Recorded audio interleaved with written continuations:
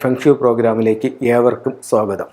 ഇന്ന് കുറേ ആൾക്കാർ വിളിച്ചിട്ട് പറയുന്നുണ്ട്, കഴിഞ്ഞ ഒരു 3 വർഷമായി അല്ലെങ്കിൽ 4 വർഷമായി ഞാൻ വീട് പണി തുടങ്ങിയിട്ട് എൻ്റെ വീട് പണി ഇതുവരെ പൂർത്തിയാക്കാനായിട്ട് സാധിച്ചിട്ടില്ല. അപ്പോൾ എന്താണ് അതിന് കാരണമെന്ന്? ഒരു വീട് പണി പൂർത്തിയാക്കാൻ അല്ലെങ്കിൽ വീട് പണി തടസ്സപ്പെട്ട് നിൽക്കാനായിട്ട് ഒത്തിരി കാര്യങ്ങളുണ്ട്. വാസ്തുപ്രകാരമായിട്ട് ഒത്തിരി പല കാരണങ്ങളുണ്ട്. ഇപ്പം ഒരുപക്ഷെ അവർക്ക് ഉദ്ദേശിച്ച കണക്ക് ലോൺ കിട്ടിയില്ല, അതല്ലെന്നുണ്ടെങ്കിൽ അവർ വിചാരിച്ച പൈസ സമയത്ത് വന്നില്ല, അങ്ങനെയുള്ള കാരണങ്ങളാൽ വീട് പണി പെൻഡിങ്ങിലാവാം.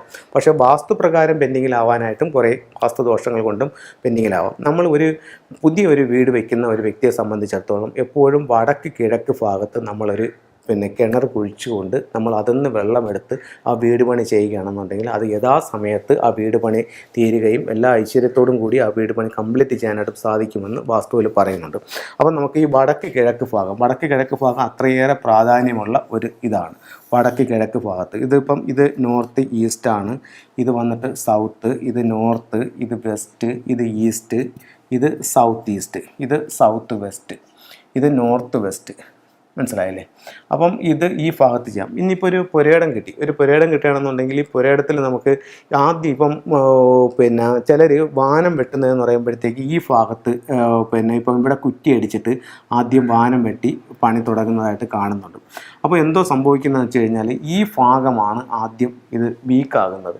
അപ്പോൾ യഥാർത്ഥത്തിൽ എപ്പോഴും കുഴി വരേണ്ടത് ഈ ഭാഗത്താണ്. അപ്പോൾ നമുക്ക് ഇവിടെ ഒരു കിണർ കുഴിച്ചുകൊണ്ട് ആദ്യം ഫസ്റ്റ് ഇതിൻ്റെ ഏരിയ എല്ലാം തിരിച്ച് അതിൻ്റെ വാസ്തുമണ്ഡലം കറക്റ്റ് ചെയ്ത് എടുത്തതിന് ശേഷം വടക്ക് കിഴക്ക് ഭാഗത്തൊരു കിണർ കുഴിച്ചുകൊണ്ട് നമ്മൾ വീടിൻ്റെ പണി തുടങ്ങുകയാണെന്നുണ്ടെങ്കിൽ ആ വീട് പണി യഥാസമയത്ത് പൂർത്തിയാക്കാനും വളരെ ഭംഗിയായും അത് ചെയ്ത് കംപ്ലീറ്റ് ചെയ്യാനും നമുക്ക് സാധിക്കുന്നതാണ്. ആദ്യം ഇവിടെ കിണർ കുഴിച്ചുകൊണ്ട് കാര്യങ്ങൾ ചെയ്യുക. പിന്നെ ഇവർ ഈ പറമ്പിൽ ഇത് ഓരോ ദിക്കിലും നമുക്കൊരു പ്രാധാന്യമുണ്ട്. ഇപ്പോൾ ഒരു വീട് വയ്ക്കുമ്പോഴത്തേക്കെന്ന് പറഞ്ഞു കഴിഞ്ഞാൽ ആ പ്ലോട്ടിൽ ഇപ്പോൾ ഒരു 10 സെൻറ്റ് സ്ഥലത്താണ് നമ്മളൊരു വീട് വയ്ക്കുന്നതെങ്കിൽ അതിൻ്റെ മാക്സിമം തെക്ക് ഭാഗത്തോട്ട് കയറ്റി വേണം വീട് വയ്ക്കാനായിട്ട്. അപ്പോൾ തെക്ക് വശത്ത് ഏറ്റവും കുറച്ച് മുറ്റം ഇട്ടിട്ട് ചെയ്യണം. അതിനേക്കാൾ ഒരല്പം മുറ്റം പടിഞ്ഞാറ് കൂട്ടിക്കൊണ്ട് ചെയ്യാം. അപ്പം നമുക്ക് വടക്കും കിഴക്കും ആവശ്യമുള്ള മുറ്റം കിട്ടണം. ആ രീതിയിൽ വേണം നമ്മൾ എപ്പോഴും ചെയ്യാൻ. അപ്പോൾ അതേസമയം ഈ വീട് ഈ 10 സെൻറ്റിൽ ഈ ഭാഗത്ത് കൊണ്ടുവന്നാണ് വിൽക്കുന്നതെന്നുണ്ടെങ്കിൽ ഇവിടെ എന്ത് സംഭവിച്ചു? തെക്ക് ഭാഗം കൂടുമ്പോഴത്തേക്കെന്ന് പറഞ്ഞാൽ ആ വീട്ടിൽ പലതരത്തിലുള്ള ബുദ്ധിമുട്ടുകൾ വരാനുള്ള സാധ്യത ഉണ്ട്. വടക്ക് ഭാഗത്ത് മുറ്റം കുറഞ്ഞ. അപ്പോൾ ഇതൊക്കെ ചെറിയ ചെറിയ കാര്യങ്ങളല്ലേ.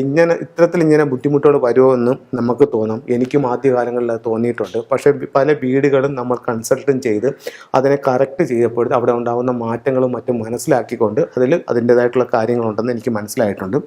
അപ്പോൾ ഇവിടെ ഇങ്ങനെ വീട് വയ്ക്കുമ്പോൾ നമ്മളെപ്പോഴും ആ പറമ്പിൽ വീടിരിക്കേണ്ട സ്ഥാനം എവിടെയാണെന്ന് മനസ്സിലാക്കി കറക്റ്റ് അവിടെ ചെയ്യുക. എന്നിട്ട് കിണറിൻ്റെ സ്ഥാനം എവിടെയാണെന്ന് മനസ്സിലാക്കി അവിടെ കിണർ കുഴിക്കുക. എന്നിട്ട് ഇതിൻ്റെ പുറമേ നമ്മൾ ചെയ്യുന്ന എന്ത് നിർമ്മിതികളായാലും അതിന് അതിൻ്റേതായിട്ടുള്ള സ്ഥാനങ്ങളുണ്ട്. ഇപ്പോൾ ഇതിനകത്ത് നമ്മൾ നമുക്ക് വേസ്റ്റ് അല്ല, ഇപ്പോൾ ഒരു വസ്തുവിനെ സംബന്ധിച്ചിടത്തോളം അവിടെ തീ ഇടാനായിട്ടൊരു സ്ഥലം വേണം. കാരണം ആ പറമ്പിലുണ്ടാകുന്ന കരിയിലുകളായാലും മറ്റ് നമ്മളുടെ കിച്ചണിൽ നിന്ന് വരുന്ന വേസ്റ്റുകൾ, കത്തിച്ച് കളയേണ്ട വേസ്റ്റുകളൊക്കെ ആയാലും അത് കത്തിച്ച് കളയേണ്ട ഒരു സ്ഥലം എന്ന് പറയുന്നത് അതിൻ്റെ അഗ്നികോണിലാണ്. അതിൻ്റെ തെക്ക് കിഴക്ക് ഭാഗത്ത് വേണം ഒരു ഭാഗത്ത് നമുക്ക് തീയിടാം. മറ്റൊരു സ്ഥലങ്ങളിലും തീയിടുന്നത് നല്ലതല്ല. അതേസമയം തെക്ക് കിഴക്ക് ഭാഗത്ത് തീ ഇട്ട് കഴിഞ്ഞാൽ അതിൻ്റെ ഗുണം നമ്മുടെ ജീവിതത്തിൽ ഉണ്ടാവുകയും ചെയ്യും. അപ്പം നമുക്ക് ഇവിടെ തന്നെ കണ്ട വടക്ക് കിഴക്ക് ഭാഗത്ത് ജലസാന്നിധ്യം. ഇവിടെ നമുക്കൊരു കിണർ കുഴിച്ചു. അപ്പോൾ നമുക്ക് പറമ്പിൽ തീ ഇടാൻ, വേസ്റ്റ് എല്ലാം കത്തിച്ച് തീ ഇടാനായിട്ട് അത് തെക്ക് കിഴക്ക് ഭാഗത്ത്. വസ്തുവിൽ ഏറ്റവും ഉയർന്നു നിൽക്കേണ്ട സ്ഥലം എന്ന് പറയുന്നത് കന്നിമൂലയാണ്. ഇവിടെ ഉയർത്തി നമ്മൾ പഴിപ്പിക്കുന്നു. ഏറ്റവും താഴ്ന്നു നിൽക്കേണ്ട സ്ഥലം ഇവിടെയുമാണ്. എന്നിട്ട് മുറ്റം കൂടുതൽ കിട്ടേണ്ടത് കിഴക്കും വടക്കുമാണ്. ആ രീതിയിൽ വീട് പണിക്കുന്നു. അപ്പോൾ ഇത്തരത്തിലുള്ള കാര്യങ്ങൾ വളരെ ഒന്ന് ശ്രദ്ധിക്കുക.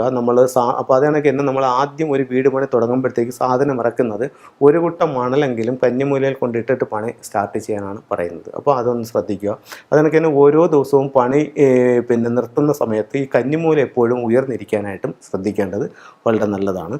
അപ്പോൾ ഇത്തരത്തിലുള്ള കാര്യങ്ങൾ എല്ലാവരും ഒന്ന് ശ്രദ്ധിക്കുക. അത് കഴിഞ്ഞിട്ട് നിങ്ങൾക്ക് ഇന്നൊരു ഫെങ്ഷു ടിപ്സ് പറഞ്ഞു തരാനുള്ളതെന്ന് പറഞ്ഞു കഴിഞ്ഞാൽ, ഇപ്പം നമ്മൾ പേര്, പ്രശസ്തി, അംഗീകാരം, വിജയം ആഗ്രഹിക്കാത്ത ആൾക്കാരില്ല. എല്ലാവരും ഇത്തരത്തിലുള്ള, ഇപ്പം നമ്മൾ ഒരാൾ നമ്മളെപ്പറ്റി മോശം പറയുന്നതിനെക്കാട്ടി ഒരാൾ നമ്മളെപ്പറ്റി നല്ലത് കേൾക്കാനാണ് നമുക്ക് താല്പര്യം. അപ്പം നമ്മളുടെ ജീവിതത്തിൽ നമുക്ക് പേരും പ്രശസ്തിയും അംഗീകാരവും വിജയവും ഉണ്ടാവാനായിട്ട് നിങ്ങളുടെ സ്വീകരണ മുറിയുടെ അല്ലെങ്കിൽ നിങ്ങളുടെ ഡൈനിങ് ഹാളിൻ്റെ തെക്ക് വശത്ത് ഒരു ഫീനിക്സ് ബേർഡിൻ്റെ ചിത്രം വയ്ക്കൂ. അതുവഴി നിങ്ങളുടെ ജീവിതത്തിൽ എല്ലാ പേരും പ്രശസ്തി, അംഗീകാരങ്ങളും വിജയങ്ങളും ഉണ്ടാവട്ടെ എന്ന് പ്രാർത്ഥിച്ചുകൊണ്ട് നിർത്തുന്നു. നന്ദി, നമസ്കാരം.